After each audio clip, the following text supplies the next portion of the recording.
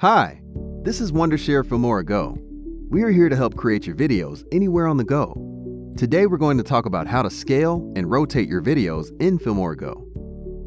First, open the Filmora Go app and start a new project.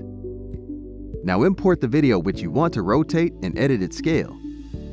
Once the video is loaded, click on the video layer in the timeline and the video will be highlighted in the preview window. To zoom in or out, there are no specific sliders in Filmora Go. To zoom in the video, you just need to pinch in the video in the preview window, and similarly pinch out to zoom out the video.